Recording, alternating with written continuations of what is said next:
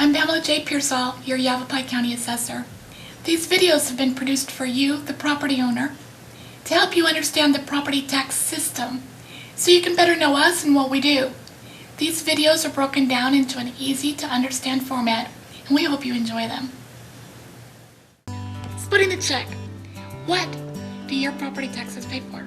Will they pay for state and local governments, schools, law enforcement, roads, libraries, special improvements that you've voted for, like school overrides, the library, sewers, wastewater, sanitary districts, domestic water, fire, parks, street lights, a lot of things.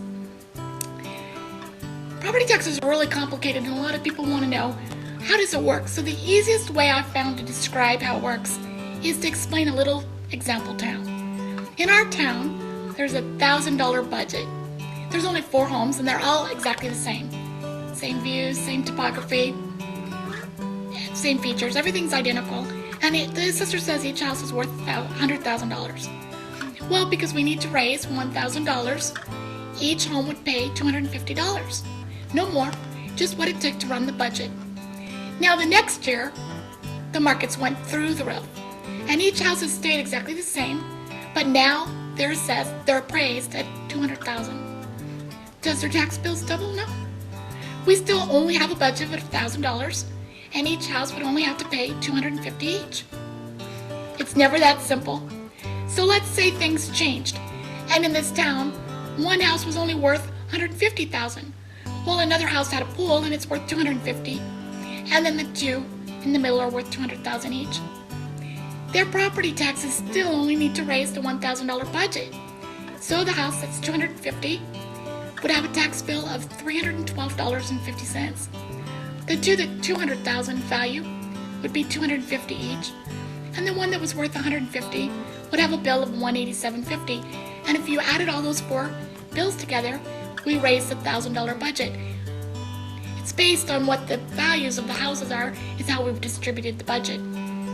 Another way to explain this concept is if you went to a restaurant and ordered a pizza. Steve has 1 slice, Lee has 3 slices, and Scott has 4 slices. At the end of the meal, the waiter comes up and Steve, Lee, and Scott say, split the check. Well, the check is total $21, and so the waiter could say, everybody pays $7. But Steve might not think that's fair, he only had 1 slice of pizza.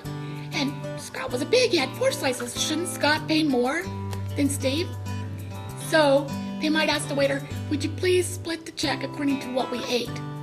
In that case, Steve would pay $3, Lee would pay $8, and Scott would pay $10. If you added those 3 together, that equals to $21, and it's a fair way to split the check. That's sort of what we're trying to do in a property tax ad valorem system. 3 elements. First, you have the assessor, then you have the legislature, they set the tax laws, and then you have taxing jurisdictions. Now, an assessor establishes what everybody's fair market value is for the properties. That's set by the market, what's sold, and what it actually costs to buy the properties. Department of Revenue actually does quality control, racial studies to make sure that the assessor is fairly accurate. Next, you have the legislature. The legislature establishes legal classes, which we'll get into another video, and the laws that establish how the different bills are going to be calculated so that everybody pays according to what's fair. And then finally, you have taxing jurisdictions. That's the different departments that we talked about earlier, libraries, fire districts, and their budgets. They base their values on what they need, not what the values of the houses are. There's different options that are available to taxpayers. There's exemptions for qualified widows and widowers, disabled people, churches, and some nonprofit organizations. You need to apply by January 2nd through the last day in February. There's also some exemptions for people over 65, senior freezes, things like that, which we're going to talk about more specifically in other videos. But just keep in mind that these are available to you if you qualify. Here at the Assessor's Office, we strive to be fair and equitable, producing values that you can count on.